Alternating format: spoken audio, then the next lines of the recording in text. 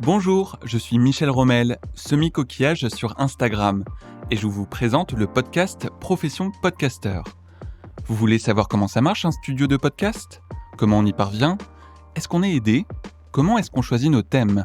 Qui décide de quoi ? Comment on gagne des sous ? Quelle forme juridique on prend ? Comment on gère notre frustration d'arrêter un podcast qu'on aime ? Pourquoi on choisit d'arrêter un podcast qu'on aime ?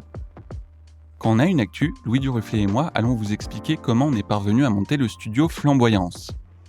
Vous le savez peut-être déjà, au moment où cet épisode sort, nous sommes en pleine semaine du podcaston. Pendant 7 jours, plus de 350 animateurs et animatrices de podcasts se mobilisent pour mettre en valeur le monde associatif et ses valeurs.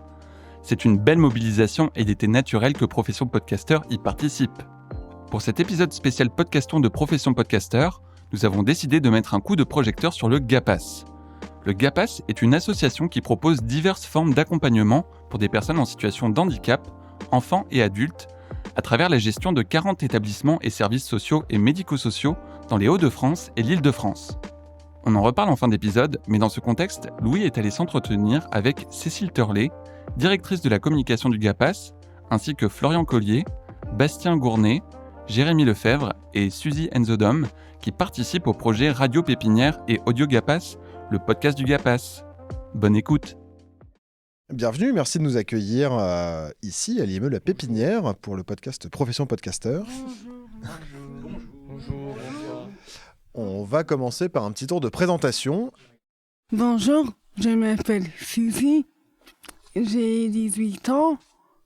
Je suis à l'IME La Pépinière depuis le 4 mars 2019. Je suis scolarisée au lycée ERDB, je fais un CAP, production, service, restauration. Et à côté de ça, les autres restes du temps, je suis à l'IME, je fais Radio Pépinière avec Bastien. Je fais aussi partie d'une association qui s'appelle GAPAS Sport. Bonjour, je suis Cécile, je suis la directrice de la communication du GAPAS je travaille à la direction générale du GAPAS depuis maintenant 7 ans et avant ça, je travaillais dans l'un des établissements du GAPAS, la compagnie de l'Oiseau-Mouche, où je me suis occupée du développement pendant une dizaine d'années. Bien connu parce que j'y ai également N'est-ce travaillé, pas pendant 10 ans. Mais... Bonjour, moi je m'appelle Jérémy, j'ai 20 ans, je suis à l'IME depuis 2009, je fais Radio Pépinière, je fais des musiques, des sons, et je fais aussi partie de la commission menu, le CVS, et après je fais d'espace vert, conditionnement, je fais plein de choses à l'IME.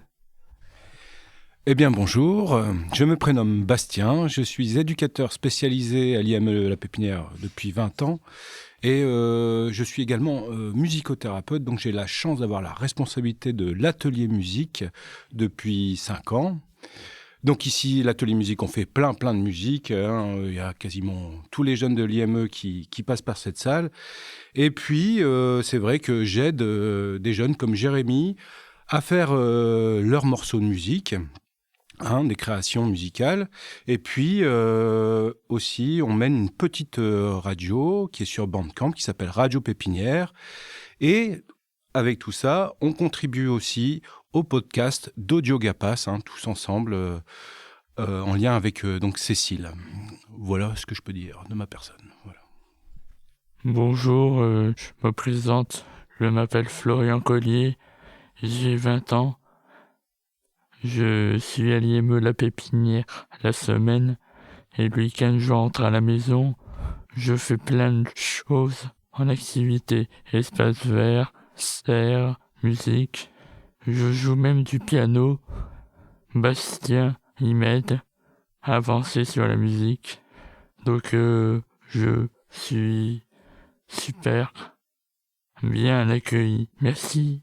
Super, merci pour ce beau tour de table.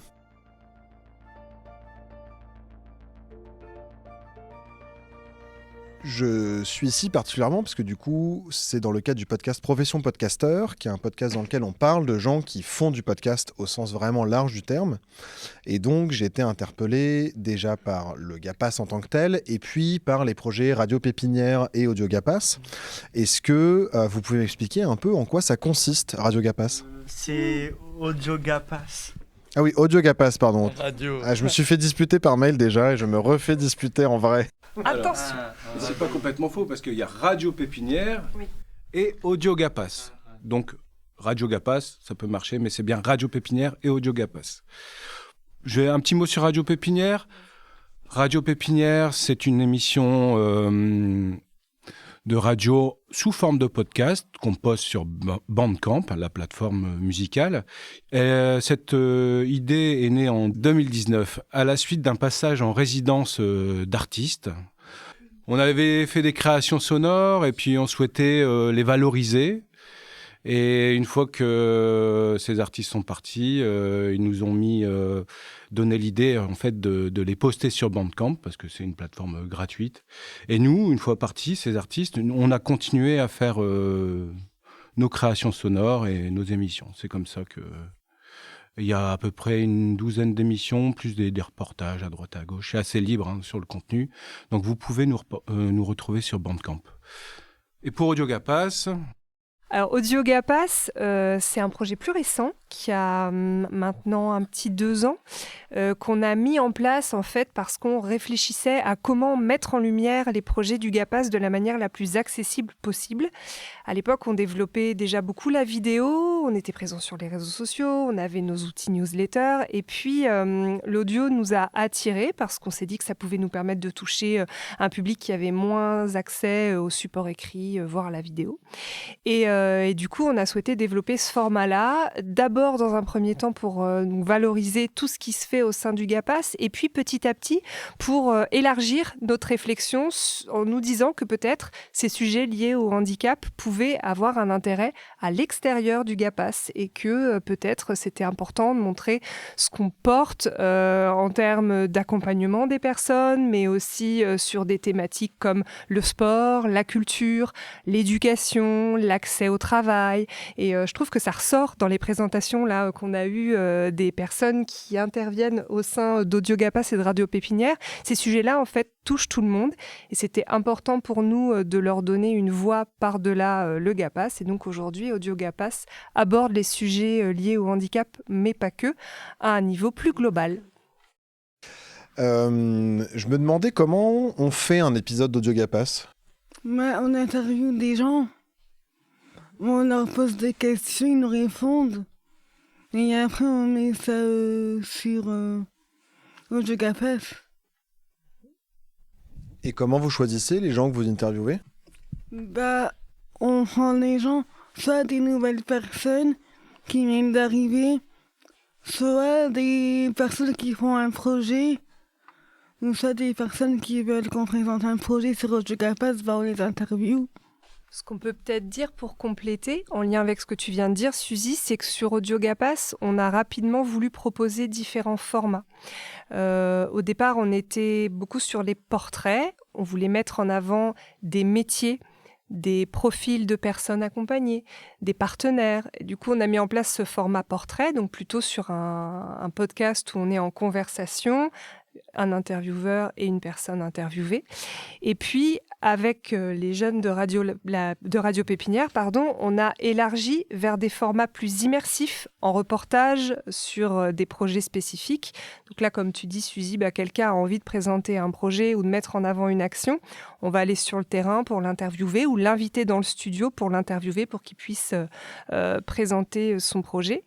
Et puis, derrière, il y a eu aussi des formats focus. Là, on a des thématiques. Par exemple, vous aviez fait un focus sur le maraîchage bio à l'IME La Pépinière. Donc, sur cette thématique-là, vous avez interviewé Cécile qui met en place le maraîchage bio. Pour compléter ce que vient de dire Cécile, c'est vrai que les sujets sont aussi choisis par rapport à une certaine actualité aussi. Ce focus sur le maraîchage bio, il avait eu lieu pour le printemps. On a fait aussi des émissions sur le droit de vote, donc c'était à l'occasion des dernières élections. Droit de vote des personnes accompagnées.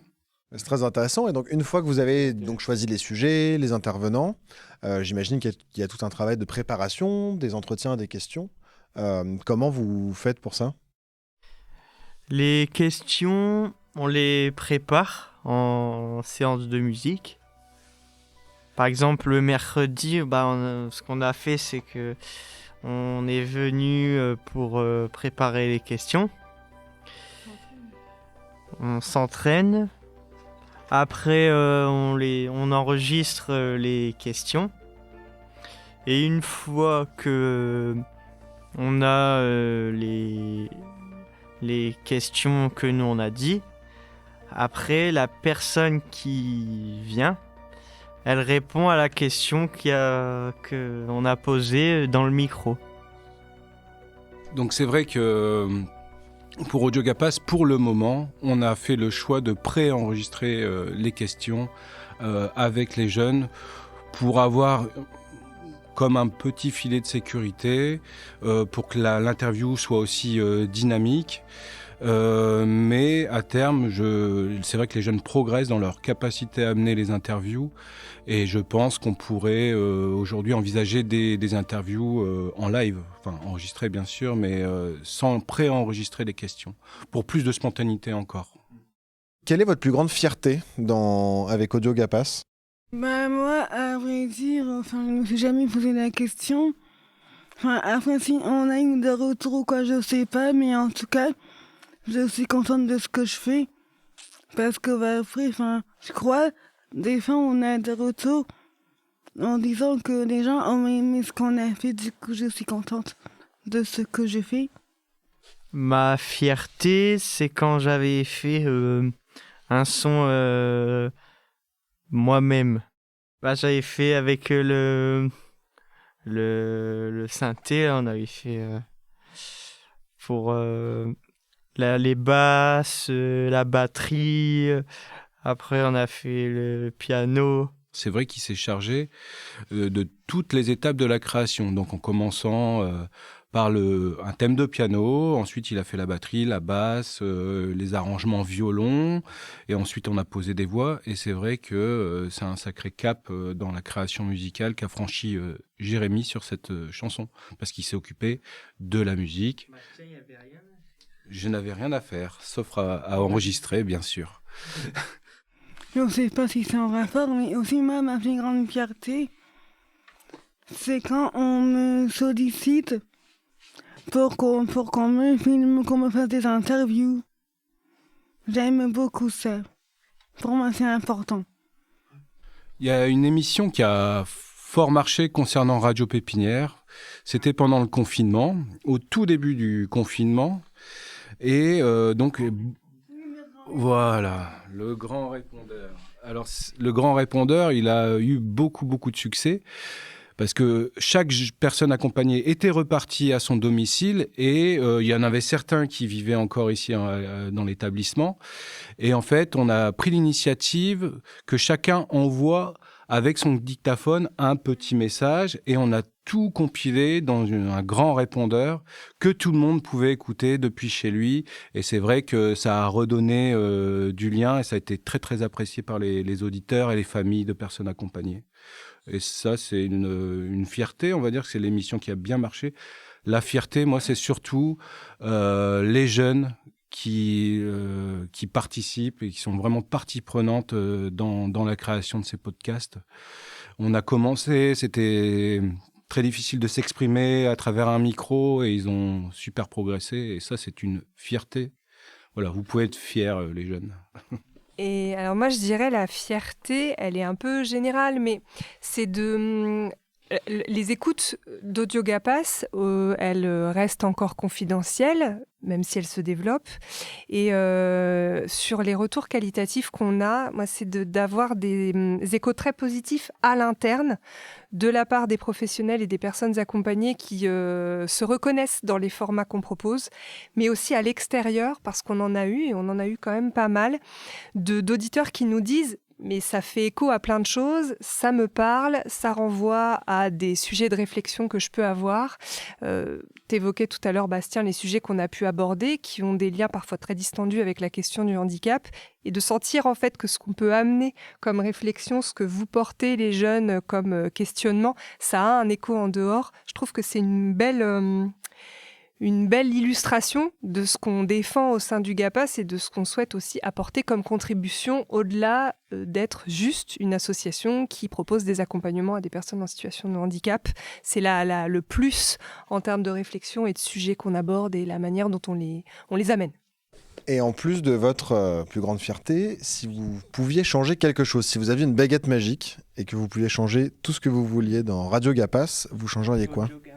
Dans Audio GAPAS, décidément. J'aimerais bien, j'ai hâte qu'on soit payé.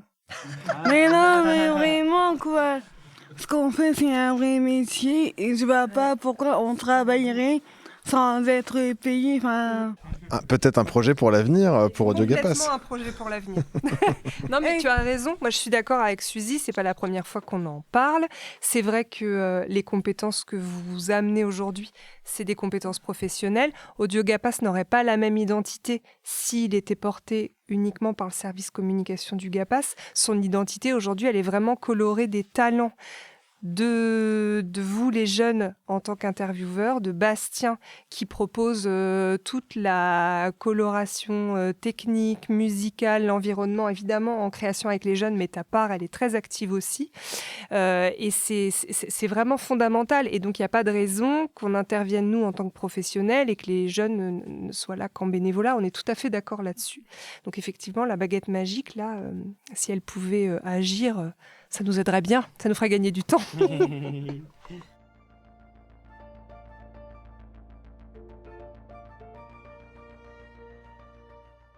Merci, on va passer à des questions un petit peu plus générales sur le podcast et le handicap, l'inclusion, etc. d'une manière générale. Comment est-ce que les podcasts, ça peut aider des personnes, n'importe qui, à mieux communiquer avec les autres, à exprimer ses idées ou ses opinions ? En fait, il y a plusieurs manières de répondre. Il y a déjà le média, podcast en tant que tel, le médium, qui du coup maintenant explose. Mais c'est vrai qu'il y a quelques années, quand vous avez commencé Radio Pépinière, je pense que c'était pas encore peut-être tout à fait le cas, mais c'est accessible, c'est gratuit. Tu l'écoutes en allant à l'école, au travail. Voilà, c'est un moyen d'information, un moyen de communication qui a une souplesse qui nous intéressait. Il y a le fait aussi au sein du GAPAS que c'est porté par des individus qui ont des profils très différents et donc en soi c'est un projet qui se met au service du service communication, du projet des jeunes ici à la Pépinière et qui illustre comment on peut monter en compétences en portant ce projet-là de podcast-là. Et puis après, il y a les thématiques qu'on aborde.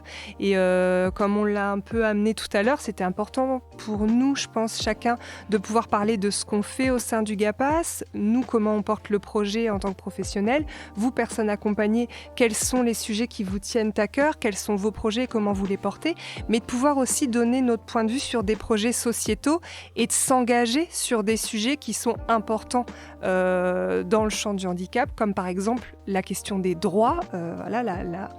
Le GAPAS, c'est une association qui œuvre pour permettre l'expression des droits des personnes en situation de handicap et pour leur permettre elles-mêmes de travailler à exprimer leurs droits. C'est ce qu'on appelle l'autodétermination.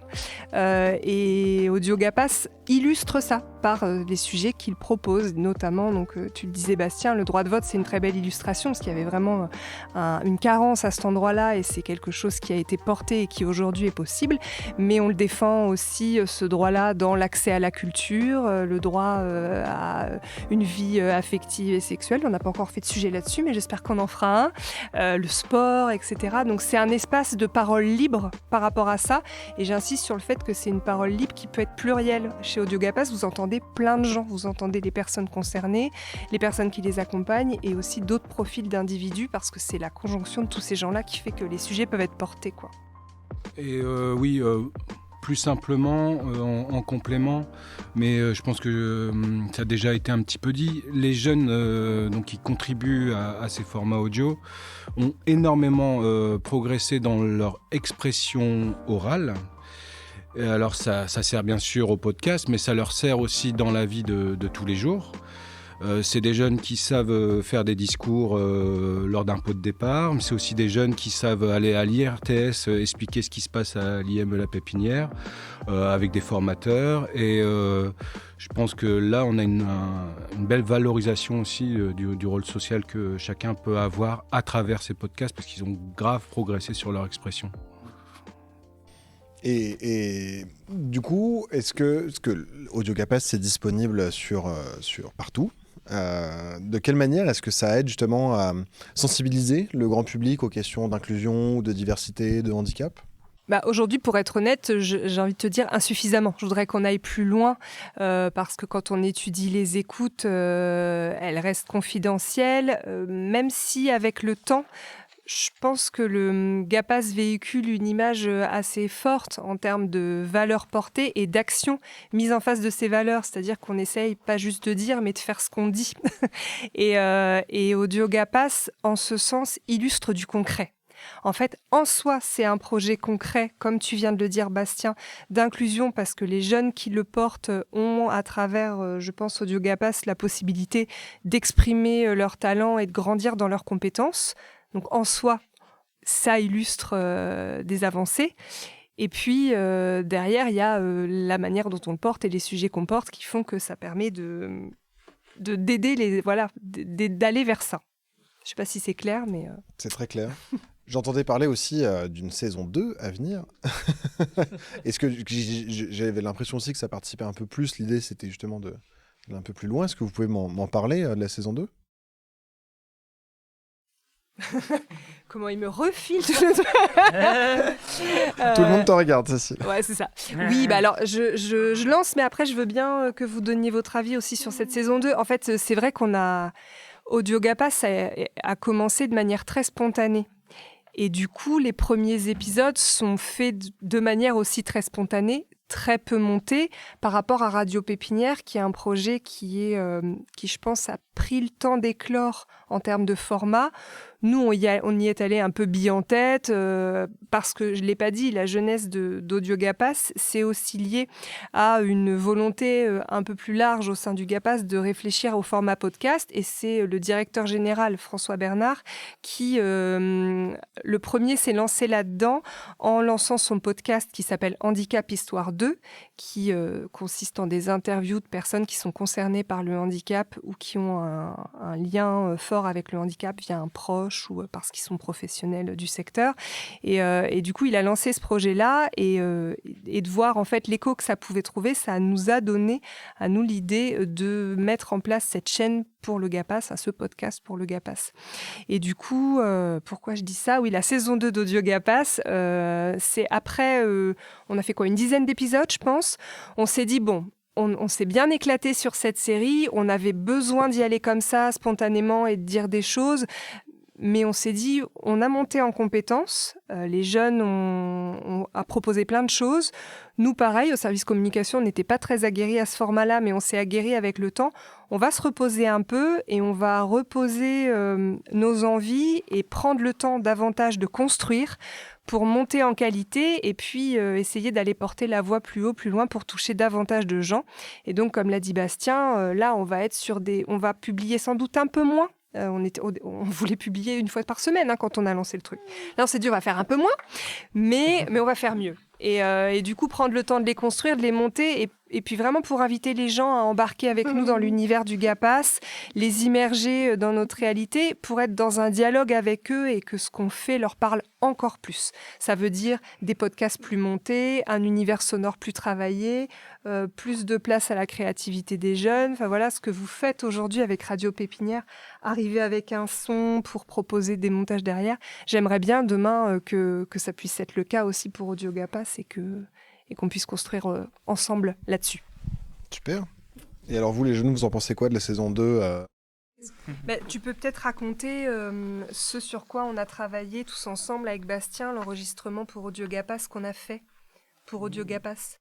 En fait, je dis ce qu'on va faire. Tu vois, la salle de musique, on va la transformer en studio de télé. Et donc, c'est toute la journée. On va Il y aura plein de gens de Paris, de tout le GAPAS. Et on va poser des questions.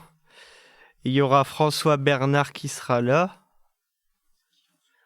Ah, François Bernard, c'est le directeur, le grand directeur. Et du coup, vous allez lui poser des questions. C'est ça, on Et a sur préparé. Sur sa vie, enfin sur lui, quoi. Pour revenir au podcast, il y a quand même pas mal de personnes en situation de handicap qui cherchent à créer du podcast. Comment est-ce qu'on justement, ceux qui font du podcast, etc., peuvent soutenir les personnes en situation de handicap qui veulent faire du podcast? En faisant des pubs, en mettant des émissions sur les réseaux, sur Internet. Peut-être aussi qu'il faudrait qu'on se parle, qu'on échange. On le fait un petit peu dans le cadre du podcast de François, dans le cadre d'Handicap Histoire 2. En ce moment, on étudie justement la possibilité que François puisse interviewer dans son podcast des profils comme ce que tu dis, des podcasteurs en situation de handicap, parce que en fait, c'est vraiment un phénomène qui explose. Quand on a créé Audio GAPAS, on l'a fait aussi à un moment où il y avait très peu de podcasts dédiés au handicap, et Handicap Histoire 2 qui est antérieur encore moins. Et en fait, aujourd'hui, ça sort. Et au-delà du podcast, il y a aussi de plus en plus de chaînes Instagram qui sortent, de comptes Instagram qui sont créés par des personnes en situation de handicap. Et c'est plutôt une très bonne chose. Donc, je pense qu'on l'envisage plus comme une complémentarité que comme une concurrence, au contraire. Donc, ça peut vraiment créer une communauté de pratique et une voix partagée sur ces sujets-là pour faire entendre la question, la cause, quoi. On s'approche doucement de la fin de cette émission. Est-ce que vous pouvez m'expliquer un peu ce que c'est que le GAPAS, justement, parce qu'on en entend parler depuis tout à l'heure, mais on n'a pas tellement expliqué. Le GAPAS, c'est une association. Et le GAPAS, ça va ici jusqu'à dans les Hauts-de-France. Paris, c'est une association. Et on a la chance d'avoir un grand IME qui fait partout à 15 hectares. En bordure de Lille, qui est très bien. Ouais. L'IME, c'est le plus grand établissement du GAPAS en termes de nombre de personnes accueillies, de professionnels et puis de superficie aussi, parce que c'est vrai que vous avez la chance d'avoir un magnifique espace de vie, partagé en plusieurs lieux de vie, il y a plusieurs bâtiments ici, etc. Et c'est aussi le GAPAS, une quarantaine d'établissements et services. Alors tous ne sont pas aussi grands que l'IME La Pépinière, mais comme tu l'as dit, répartis entre les Hauts-de-France et l'Île-de-France. Alors ça peut sembler assez éclaté, mais ce qui rassemble en fait tous les établissements et services, c'est une vision sur l'accompagnement des personnes en situation de handicap qui est orientée vers la volonté d'accompagner les personnes dans leur citoyenneté, avec elles et par elles. Donc tout ce qu'on se disait tout à l'heure par rapport à l'expression des droits est mené dans le souci que les personnes puissent s'autodéterminer dans leur projet de vie et qu'elles puissent en être acteurs, actrices avec les professionnels qui les accompagnent et tous les acteurs du GAPAS, puisque la politique du partenariat est très forte au sein du GAPAS. Voilà. Et très bien, merci. Merci à vous d'être venus, ça nous a fait plaisir. Et vraiment, c'était un plaisir de vous avoir avec nous, de partager ces moments. Quand vous voulez, vous revenez, vous êtes les bienvenus. Merci, je me sens bien accueilli, en tout cas on se sent bien accueilli. Merci, moi j'étais au micro aussi. Oui. Et merci de nous avoir effectivement accueillis ici et passé du temps avec nous, accepté de répondre à ces questions.